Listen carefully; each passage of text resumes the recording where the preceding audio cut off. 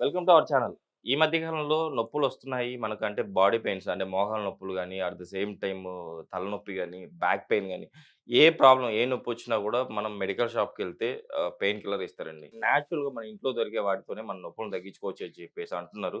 General consultant doctor Aditya Ranganath garu. So, sir ద్వారానే అసలుకు మనం వాడుతున్న పెయిన్ కిల్లర్ల వల్ల ఎంత ప్రమాదంలో మనం ఉన్నామో తెలుసుకుందాం. నమస్తే సార్. నమస్తే సార్. సార్ మామూలుగా చాలామంది మనకు ఏదైనా బాడీ పెయిన్స్ గానీ, ఏదైనా పెయిన్ వస్తుంది అంటే మెడికల్ షాప్‌కెళ్ళేసి ఆ పెయిన్ కిల్లర్ తెచ్చేసుకుంటారు. సో, ఈ పెయిన్ కిల్లర్ల వల్ల మన ఆరోగ్యమే చాలా వరకు డ్యామేజ్ అవుతుంది. సో, పెయిన్ కిల్లర్ వాడొద్దు అంటున్నారు గదా! అసలు మనం పెయిన్ కిల్లర్ తీసుకోవడం వల్ల ఎలాంటి ప్రమాదాల్లో మనం పడే అవకాశం ఉంది? మెయిన్‌గా ఈ పెయిన్ కిల్లర్స్ వల్ల ఏంటంటే అప్పటికప్పుడు ఇన్‌స్టంట్‌గా రిలీఫ్ వచ్చినా, అది చేసే చేటు ఏదైతే ఉందో చాలామంది గుర్తించట్లేదనమాట. బావుంది కదా! కొంచెం రిలీఫ్‌గా ఉంది. పెయిన్ రాగానే ఇన్‌స్టంట్‌గా తగ్గుతుంది కదా! కొన్నే కదా! అని అంటే అలా స్టార్ట్ చేసిన వాళ్ళు కొన్నే కదా! ఎక్కువేం కాదు. ఓ 10 రోజులు, ఒక 20 రోజులు అన్న కొద్దీ కొంతమంది ఈ నెలలు, సంవత్సరాలు వాడేసిన వాళ్ళున్నారు. అలాంటి వాళ్ళు మెయిన్‌గా ఒకటి అంటే ఇన్‌స్టంట్‌గా ఎఫెక్ట్ చూపించేది ఒకటి కిడ్నీస్ అండి. సో, ఆ కిడ్నీస్ మీద ఎఫెక్ట్ పడి, ఆ క్రియాటినిన్ లెవెల్స్ అంటే కిడ్నీ ఫంక్షనింగ్ తగ్గిపోయి, కిడ్నీ ఫెయిల్యూర్స్‌కెళ్ళిపోయే అవకాశాలు కేసెస్ చాలా ఉన్నాయి యాక్చువల్‌గా. సో, అలాగే కొంతమందికేంటంటే బోన్స్ అరిగిపోతాయి. Okay sir. Osteoporosis, bones weak అయిపోతాయి. బోన్స్ అరిగిపోతాయన్నమాట. కేవలం ఈ పెయిన్ కిల్లర్స్ వల్ల. అంటే ఇప్పుడు ఏదైతే మనం జాయింట్ పెయిన్స్, బోన్ పెయిన్స్ అని అంటున్నామో, ఆ పెయిన్‌ని ఆ పెయిన్ కిల్ చేస్తుందనుకుంటున్నాం. కానీ మనం మన బోన్స్‌నే కిల్ చేస్తుందన్నమాట ఈ పెయిన్ కిల్లర్స్. ఓకే అలాగే సార్. రీసెంట్‌లీ ఈ మెఫ్టాల్ తర్వాత మెఫ్టాల్ స్పాస్‌ని బ్యాన్ చేశారని మీరు న్యూస్‌లో చాలామంది చూసే ఉంటారు. యూజువల్లీ క్రాంప్స్ వాటికి హెడేక్‌కి అలాంటప్పుడు లేదంటే ఈ దంత పెయిన్స్, ఇయర్ పెయిన్ వాటికి యూజ్ చేసేవాళ్ళమట. కానీ ఇప్పుడు ఏంటనంటే అది వాడడం వల్ల దాని ఏడీఆర్ అంటే అడ్వర్స్ డ్రగ్ రియాక్షన్ అంటాము. ఓకే. అంటే ఇది మనం ఆహ్, మనకి అంటే క్లూ లేకుండా మనం అసలు అది వస్తది అని తెలియకుండానే సడెన్‌గా వచ్చే రియాక్షన్ అన్నమాట. అడ్వర్స్ డ్రగ్ రియాక్షన్ అంటే. ఓకే. సో, డ్రెస్ సిండ్రోమ్ అన్నట్టు. సో, దానివల్ల అంటే ఏమవుతుంది అనంటే ఈ డ్రగ్ వల్ల మనకి ఇసినోఫిల్ కౌంట్ పెరిగిపోయి అంటే అలర్జిక్ రియాక్షన్‌లా ఆయాసంగా ర్యాషెస్ రావడం, తర్వాత ఫెటిగ్ చాలా నీరసం అయిపోవడం ఇలాంటివి అంటే ఎమర్జెన్సీ కండిషన్‌లోకి ఎళ్ళిపోతుంటారనమాట. సో, అంత ప్రమాదం కల్పిస్తుంది. ఈవెన్ ఎసిక్లోఫెనాక్ లాంటి డ్రగ్ ఒక్క టాబ్లెట్ తీసుకుంటే, ఒక్క డోస్ సింగిల్ డోస్ తీసుకున్న వాళ్ళకి క్రియాటినిన్ లెవెల్ 1 పాయింట్ పెరిగిన వాళ్ళని కూడా నేను చూసాను కేస్. ఓకే అంటే సార్. 1.0, 1.2 వరకు నార్మల్ రేంజ్ మనకి యూజువల్‌గా. ఈ పాయింట్ అంటే 1 పాయింట్ పెరిగిందంటే 1 పాయింట్ తర్వాత పాయింట్ కాదు. ఈ 1 2 అయిపోవడం. అంటే ఓకే. కిడ్నీ ఫంక్షనింగ్ అంటే టక్‌మని సడెన్‌గా మనం గెస్ కూడా చేయలేం. అలా ఎఫెక్ట్ అయ్యే కేసెస్ చాలా ఉన్నాయి. ఎందుకంటే ఆల్‌మోస్ట్ అంటే వాళ్ళు ఆహ్, డయాబెటిస్‌తోనో లేకపోతే హైపర్ టెన్షన్ బీపీతోనో బాధపడుతూ ఉండేవాళ్ళు కొంతమంది ఉండుంటారు. దానివల్ల జరిగే డ్యామేజ్ కొంత ఉంటుంది. కిడ్నీస్ మీద. సో, అలాంటి వాళ్ళు పెయిన్ కిల్లర్స్ తీసుకుంటే చాలా ప్రమాదం. సో, ఓకే అందుకే సార్. డాక్టర్ ప్రిస్క్రిప్షన్ దీంట్లో తీసుకోవాలంటారు. అయితే ఏదైనా కానీ మనం టాబ్లెట్స్ నుంచి కాకుండా మనం నేచురల్‌గా మనం ఆ పెయిన్ నుంచి బయటపడడానికి మన దగ్గర సొల్యూషన్ ఉంది చక్కగా. ఆర్థరైటిస్ అవనండి, రుమటైడ్ ఆర్థరైటిస్ అవనండి, జాయింట్ పెయిన్స్, మోకాళ్ళ నొప్పులు, లేదు తలనొప్పి, కొంతమందికి బ్యాక్ పెయిన్ వస్తుంది. కాల్షియం లోపించో, లేపోతే ఇతరత్ర మినరల్స్ లోపించడం వల్లనో, లేదంటే సడెన్‌గా కొంచెం హెవీ వెయిట్ లిఫ్ట్ ఏదైనా చేస్తే అలాంటి వాళ్ళకి ఈ డిస్క్స్ మీద, వెన్నుపూస మీద ఎఫెక్ట్ పడుతుంది. వాళ్ళకి పెయిన్ విపరీతంగా ఉంటుంది. సో, ఇలాంటి వాళ్ళందరికీ కొంచెం ఇంట్లోనే చాలా సింపుల్‌గా, ఈజీగా దొరికేవే.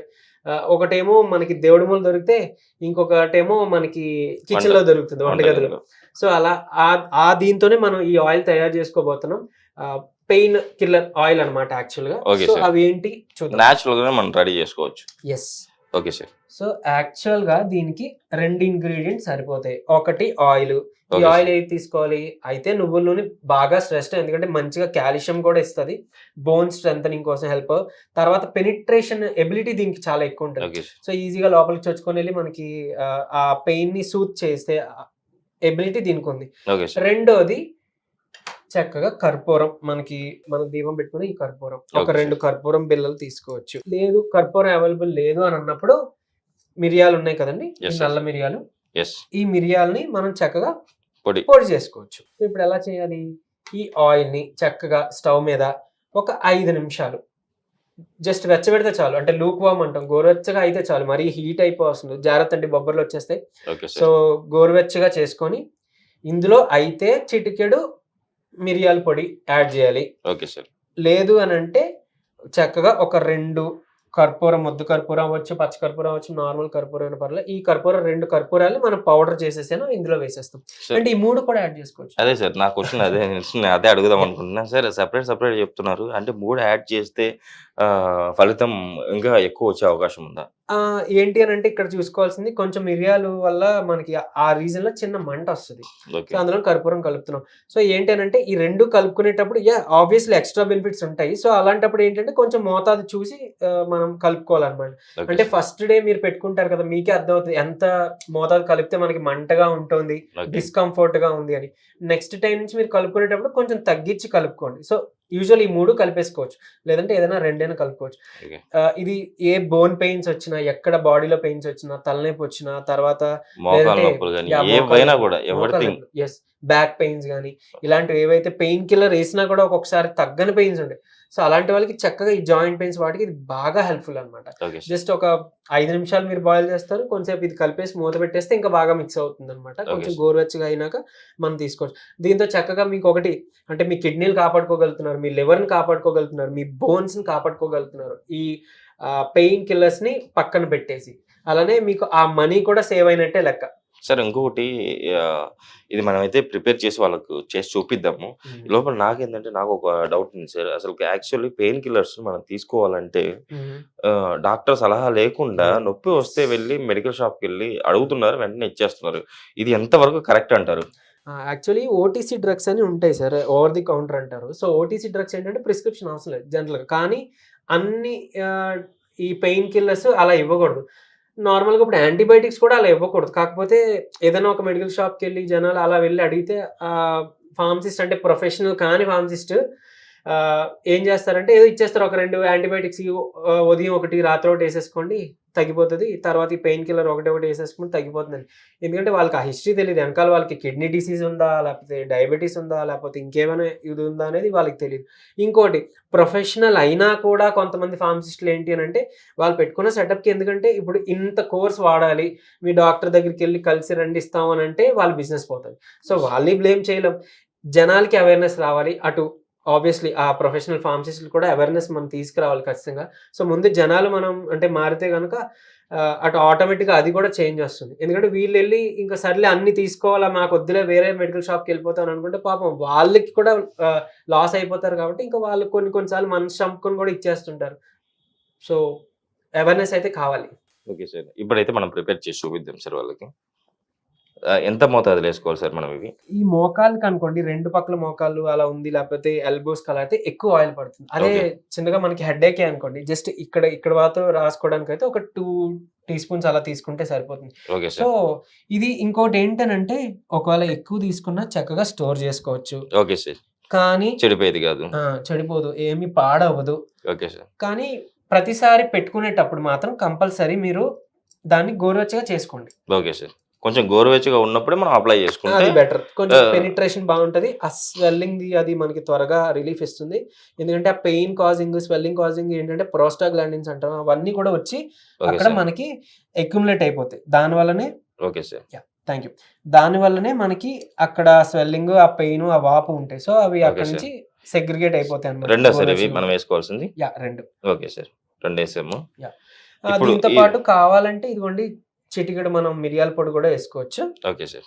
కొంచెం మండుతుంది. ఎయిదర్ రెండిట్లో ఏదో ఒకటైనా లేదా 2 కలిపైనా ఏసుకోవచ్చు. Okay sir. దీన్ని యూజువల్‌గా గోరువెచ్చగా ఉన్నప్పుడు కొంచెంసేపు అలా కలిపేసి మూత పెట్టేసేయండి. Okay sir. లేదు అనంటే మామూలుగా ఉన్నా కూడా కొంచెం గోరువెచ్చగా ఉంటుందంటే మీరు రూమ్ టెంపరేచర్స్‌కొచ్చేస్తుంది అని అనుకునే ముందుగానే కొంచెం తీసి మీరు చక్కగా అప్లై చేసేసుకోండి. Okay sir. ఇంకోటి మోరోవర్ మనం మాట్లాడుకున్నట్టు ఈ నీ పెయిన్స్ ఏదైతే ఉన్నాయో, ఈ రాసిన తర్వాత అంటే మోకాలనే కాదు మీరు ఏ జాయింట్‌కి రాసినా కొంచెం మసాజ్ ఇంపార్టెంట్. Okay sir. ఒక 3 మినిట్స్ లేదా 5 మినిట్స్ సార్ ఆ కొంచెం మసాజ్ మసాజ్. గూడా మనం ఏ టైప్‌లో ఇప్పుడు మోకాలే మోకాలు హ్మ్. తీసుకున్నాం సార్. హ్మ్. మోకాలికి మనం మసాజ్ ఎలా చేయాలి? ఆ! సో, మోకాలు ఉంది గదా! మోకాలికి మన సర్క్యులర్ మోషన్. ఓకే. ఇది మోకాలు ఇది మోకాలు సో, ఇది అనుకుందాం సార్. మోకాలు అనుకోండి సార్. ఓకే. సో, సర్క్యులర్ మోషన్‌లో ఓకే. తర్వాత లెఫ్ట్ అండ్ రైట్ ఓకే. తర్వాత పైకి కిందకి అంటే ఓకే. పైకి కింద అలాగా. ఆ మోషన్‌లో ఉండాలి. అప్పుడే మనకి చక్కగా త్వరగా రిలీఫ్ ఇస్తది. ఇంకొకటి ఈ మోకాలు ఏదైతే ఉందో చక్కగా ఒక స్టూల్ ఏదైనా పెట్టుకొని ఒక దగ్గర కూర్చొని మోకాలికి మీరే ఎవరి డిపెండెన్సీ కూడా అవసరం లేదు. చక్కగా ఈ మోకాలికి మనం ఇలా అంటే మోకాలు మధ్యలో ఉంటుంది. మనం ఇలా ట్యాపింగ్ అన్నమాట. 1 ఓకే. సెకండ్‌కి ఒకసారి. ఓకే. సో, అలాగా జస్ట్ 2, 3 మినిట్స్ చేస్తే చాలు. మీరు almost second day, third day నుంచే మీరు చాలా రిజల్ట్స్ చూస్తారు. అంటే ఓకే. ఎప్పటినుంచో మోకాళ్ళ నొప్పులతో బాధపడుతూ పెయిన్ కిల్లర్స్ యేసుకుంటున్నా గానీ ఫ్యూ అవర్స్ ఒక గంటో, 2 గంటలో రిలీఫ్ ఇస్తది. మళ్ళీ వచ్చేస్తుంది అని అనుకునే వాళ్ళు ఈ ట్యాపింగ్ చేయడం ద్వారా మీరు వేసుకున్న టాబ్లెటే డోస్ మీరే చక్కగా ఆపేసుకోగలుగుతారు. అంటే ఆ పూటకి ఓకే తగ్గింది నాకే యేసుకోవసరం లేదులే అనే ఆ ఫీల్‌లోకి మీరు ఖచ్చితంగా రాగలుగుతారు. ఇంకొకటి సార్ టాబ్లెటే మనకు వద్దనుకుంటున్నాం మనం. హ్మ్. మన రెమెడీని ఫాలో అవుతే సరిపోతుంది గదా! యెస్. సరిపోతుంది. అందుకే ఇది వాడి మసాజ్ చేసుకుంటూ తర్వాత ఆ ట్యాపింగ్ చేసుకుంటుంటే అసలు ఆ టాబ్లెట్ వరకు ఎళ్ళవసరం లేదు. అంటే ఇది చేసుకోలేని వాళ్ళ కోసం నేను చెప్తున్నా. ఇది కూడా ఓకే. చేసుకోలేంలే మేము ఓన్లీ ట్యాపింగే ట్రై చేస్తాం అని అంటే గనుక ఉట్టి ట్యాపింగ్ కూడా అంత ఎఫెక్టివ్‌గా పనిచేస్తుందండి. ఎవిడెన్స్ ఉందన్నమాట అది ఓకే వర్క్ సార్. అవుతుందని. ఓకే మీరు సార్. కూడా చేస్తే అసలు మీరే చెప్తారు. Okay sir. Sure sir. నిజంగా ఈరోజు మీరు చెప్పిన రెమెడీ చూసారు గదండీ! అస్సలకు మెడికల్ షాప్‌కెళ్ళి పెయిన్ కిల్లర్ టాబ్లెట్స్ తీసుకోవద్దండి. మన బాడీలో అంటే మనకి ఎలాంటి అనారోగ్య పాలవుతాం, మన బాడీలోని ఎన్ని ఆర్గాన్స్ డ్యామేజ్ అవుతున్నాయో సార్ చెప్పారు గదా! షూర్‌గా మీరైతే ఇది కంపల్సరీ పాటించండి. సార్ మన కోసమే చెప్పారు. వినండి. విని మీరు రెగ్యులర్‌గా నార్మల్‌గా ఇలా మీ పెయిన్స్ తగ్గించుకోవడానికి నార్మల్‌గా మన ఇంట్లో దొరికే ఐటెమ్స్‌తోని ఇలా రెమెడీ చక్కగా ప్రిపేర్ చేసుకొని మీరైతే అప్లై చేసుకోండి. ఉపశమనాన్ని పొందండి నొప్పుల నుంచి. సరే ఈరోజు మన ప్రేక్షకుల కోసం ఇంత మంచి రెమెడీ చెప్పారు. అసలు పెయిన్ కిల్లర్స్ ఎంతగా మనల్ని ఆ! ఆరోగ్యాన్ని చెడగొడతాయో చాలా చక్కగా వివరించారు. సో, ఇంత మంచి ఇన్ఫర్మేషన్ ఇచ్చినందుకు థాంక్ యూ సార్.